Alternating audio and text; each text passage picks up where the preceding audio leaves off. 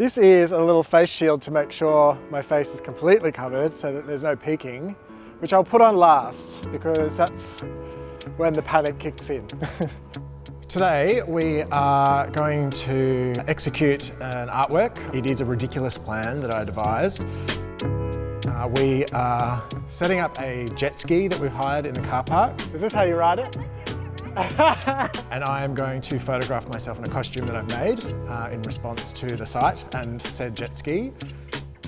Lighting wise, that's better too. Yeah, I'm actually just going to try and shoot it against the blue sky. Ultimately the work is photographic, but there is this very kind of material based, very tactile process that comes before it. It's like a really kind of intensive beauty treatment. You moisturise your body and then you bury yourself in a costume. My name is Gerwyn Davies. I am a photographic artist primarily, and I am a very low budget costume maker. Oh, I really need to get out of these hot black clothes and into a hot wetsuit. I might just move it around and see how it goes. I am working on a show which is really this kind of celebration of lowbrow Australiana. It's very kind of Muriel's Wedding porpoise spit. The costume that I've constructed is fabricated out of old wetsuits that I purchased on eBay. Can I even get into it? Who knows? And I've made foam forms to create this kind of angular creature. Typically I'll make a costume in response to an environment. So I start with a space that I want to shoot with and I then start thinking about the kind of materials and the kind of forms and costuming elements that will correlate to those in some way. So I'm just trying to kind of accentuate like the forms of it. So I would kind of use lighting to bring out the kind of textures of the material normally. Hitting it with light from different directions and really kind of makes the costume sing. I had this vision of a full throttle creature blazing past the Gold Coast skyline. But I'm just going to kind of half up in costume and just get an idea of how the costume looks. In light of recent weather, I'm very grateful for what we've got. I'm kind of really drawn to tourist spaces. Often, and I don't mean this in a denigrating way, they're really kind of visually excessive and kind of sometimes garish and loud, and they're all the things that I have a deep affinity for. You know, they're very photogenic. They're designed for you to kind of arrive at and kind of visually consume. The sense of nostalgia is really kind of important for the work. Like the spaces that I'm looking for, unfortunately a lot of them have disappeared or are disappearing. I return to the Gold Coast to shoot a lot because it has a lot of those very kind of vibrant, vivid, kind of iconic images that I like to either use as backgrounds or kind of incorporate through like materiality in the works. I'm kind of drawn towards fabrics that, you know, they kind of shimmer and shine, they kind of animate and light sparks off them because they're photogenic. So I'm often kind of competing with little 8-year-old girls in the dance fabric section for the best materials.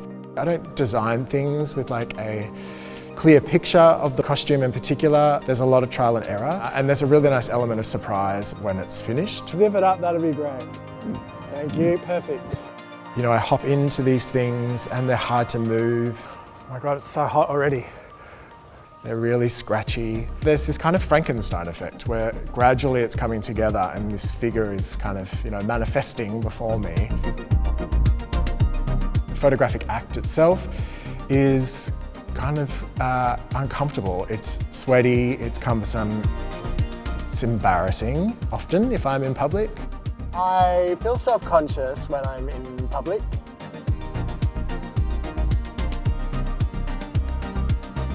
I feel like weirdly like I'm doing something naughty at first. It's like this really strange sensation.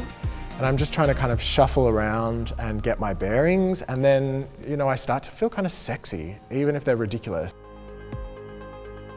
Conventionally, there's this expectation that a photographic portrait's going to reveal something of the character of the subject, something for us to kind of learn and take away. In all of my works, I'm very much visible. I'm wearing this kind of shiny, lurid, graphic costumes, but at the same time, my face is always concealed, and, you know, I see that as this kind of, you know, a perversion of the photographic portrait.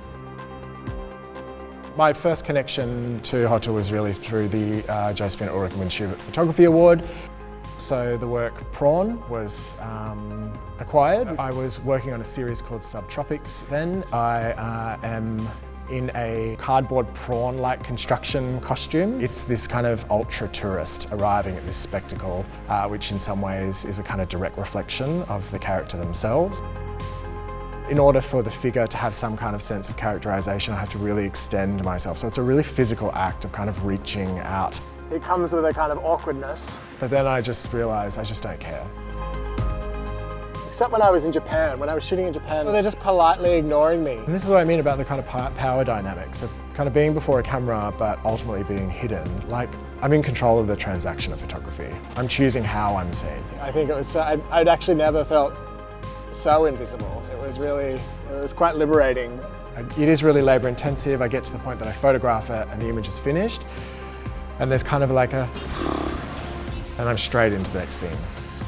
You want to get up in the morning and be inquisitive. You want to be curious. You want to be trying things and experimenting. There is a lot of horrendous work that comes before making any good work as part of being an artist, so being productive is really, really important. As a result of that, it kind of opens up pathways to new things. Hopefully something beautiful comes out of that.